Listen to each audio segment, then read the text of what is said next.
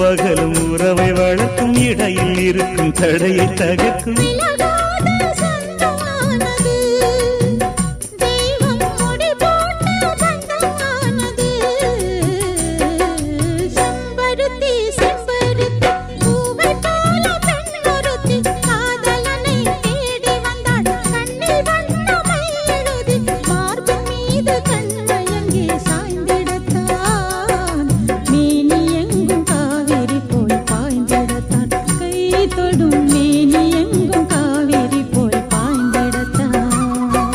செம்பருத்தி செம்பருத்தி பூவை போல பெண்ணொருத்தி